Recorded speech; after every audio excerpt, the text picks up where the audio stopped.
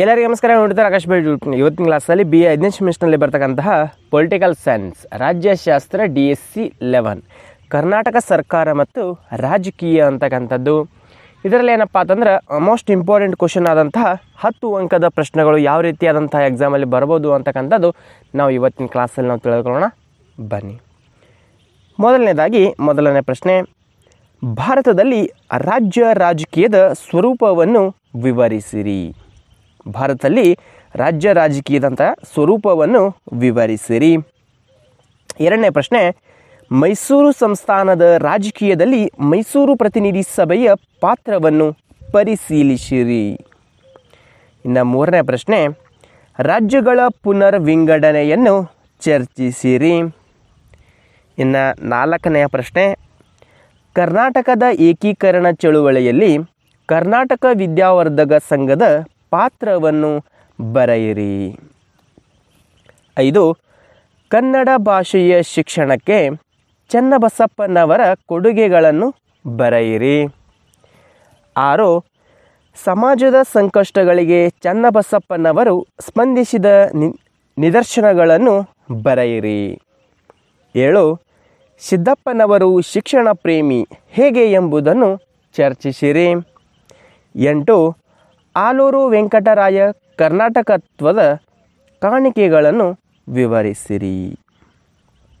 ಇನ್ನು 9, ಡೆಪ್ಯೂಟಿ ಚನ್ನಬಸಪ್ಪನವರು ಶಿಕ್ಷಣ ಪ್ರೇಮಿ ಎಂಬುದನ್ನು ಸಮರ್ಥಿಸಿರಿ. 10, ಗುದ್ದಪ್ಪ ಹಳ್ಳಿಕೆರೆಯಲ್ಲಿನ ಕುರಿತು ಒಂದು ಟಿಪ್ಪಣಿಯನ್ನು ಬರೆಯಿರಿ. 11ನೇ ಪ್ರಶ್ನೆ, ಕರ್ನಾಟಕಕ್ಕೆ ಸಿದ್ದಪ್ಪ ಕಂಬಳಿಯವರ ಕೊಡುಗೆಗಳನ್ನು ಪರಿಶೀಲಿಸಿರಿ. ಇನ್ನು 12ನೆಯ ಪ್ರಶ್ನೆ, ಆರ್ಥಿಕ ಅಸಮಾನತೆಯು ಪ್ರಾದೇಶಿಕವಾದವನ್ನು ಬಲಗೊಳಿಸುತ್ತದೆ ಹೇಗೆ ಎಂಬುದರ ಬಗ್ಗೆ ಚರ್ಚಿಸಿರಿ.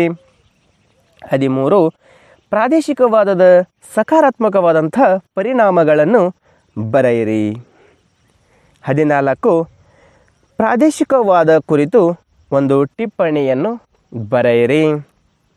15, ಕರ್ನಾಟಕದಲ್ಲಿ ಪ್ರಾದೇಶಿಕವಾದ ಕಾರಣಗಳನ್ನು ಪರಿಶೀಲಿಸಿರಿ.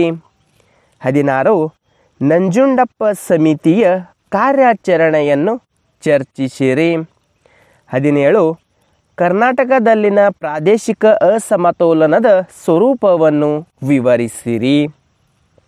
18, ಕರ್ನಾಟಕದಲ್ಲಿನ ಭಾಷೆ ಮತ್ತು ರಾಜಕೀಯದ ಸಂಬಂಧವನ್ನು ಚರ್ಚಿಸಿರಿ. 19, ಕರ್ನಾಟಕದ ಪ್ರಮುಖ ಜಲವಿವಾದಗಳನ್ನು ಪರಿಶೀಲಿಸಿರಿ. ಇನ್ನು 20, ಕಾವೇರಿ ಜಲವಿವಾದ ಕುರಿತು ಒಂದು ಟಿಪ್ಪಣಿಯನ್ನು ಬರೆಯಿರಿ. 21, ಕರ್ನಾಟಕದಲ್ಲಿ ರೈತರ ಪ್ರಧಾನ ಸಮಸ್ಯೆಗಳನ್ನು ವಿವರಿಸಿರಿ. 22, ಕರ್ನಾಟಕದಲ್ಲಿ ಲಿಂಗ ರಾಜಕೀಯವನ್ನು ಚರ್ಚಿಸಿರಿ. 23ನೇ ಪ್ರಶ್ನೆ, ಕೇಂದ್ರದೊಡನೆ ಕರ್ನಾಟಕದ ಹಣಕಾಸು ಸಂಬಂಧವನ್ನು ವಿವರಿಸಿರಿ. 24, ಸಮ್ಮಿಶ್ರ ಸರ್ಕಾರದ ಲಕ್ಷಣಗಳನ್ನು ಬರೆಯಿರಿ. ಇನ್ನು 25, ಸಮ್ಮಿಶ್ರ ಸರ್ಕಾರ ರಚನೆಗೊಂಡರೆ ಆಡಳಿತದಲ್ಲಿ ವೈವಿಧ್ಯತೆಗೆ ಕಂಡುಬರುತ್ತದೆ ಹೇಗೆ ಎಂಬುದನ್ನು ಕಂಡುಹಿಡಿಯಿರಿ ಅಥವಾ ಚರ್ಚಿಸಿರಿ. 26, ಸಮ್ಮಿಶ್ರ ರಾಜಕೀಯದ ಸ್ವರೂಪವನ್ನು ಪರಿಶೀಲಿಸಿರಿ. 27, ಕರ್ನಾಟಕದಲ್ಲಿ ಸಮ್ಮಿಶ್ರ ಸರ್ಕಾರದ ಕುರಿತು ಒಂದು ಟಿಪ್ಪಣಿಯನ್ನು ಬರೆಯಿರಿ. 28, ಸಮ್ಮಿಶ್ರ ಸರ್ಕಾರದ ಪರಿಣಾಮಗಳನ್ನು ವಿವರಿಸಿರಿ. 29, ಕರ್ನಾಟಕದಲ್ಲಿ ರಾಜಕೀಯದ ಧ್ರುವೀಕರಣದ ವಿಕಸನವನ್ನು ವಿವರಿಸಿರಿ. 30, ರಾಜಕೀಯದ ಧ್ರುವೀಕರಣ ಆಡಳಿತಾತ್ಮಕವಾದಂಥ ಬಿಕ್ಕಟ್ಟನ್ನು ಉಂಟು ಮಾಡುತ್ತದೆ ಹೇಗೆ ಎಂಬುದನ್ನು ಚರ್ಚಿಸಿರಿ. 31, ಕರ್ನಾಟಕದಲ್ಲಿ ಪ್ರತ್ಯೇಕ ರಾಜ್ಯಕ್ಕೆ ಆಗ್ರಹ ಇದನ್ನು ಚರ್ಚಿಸಿರಿ.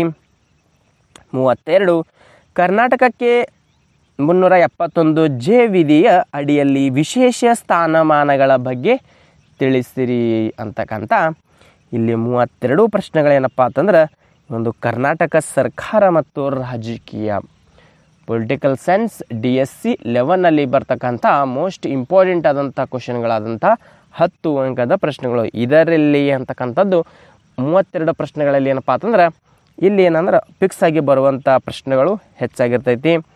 ಅದಕ್ಕೋಸ್ಕರವಾಗಿ ನೀವು ಸರಿಯಾದ ರೀತಿಯಂತ ಓದಿ ಹೋಗಿದ್ಯಾದಲ್ಲಿ ನಿಮಗೆ ಸರಿಯಾದ ಅಂಕಗಳು ದೊರೀತವೆ. ಇಷ್ಟೇನಂದ್ರೆ ಇವತ್ತಿನ ಕ್ಲಾಸಲ್ಲಿರುವಂತಹ ಮಾಹಿತಿ.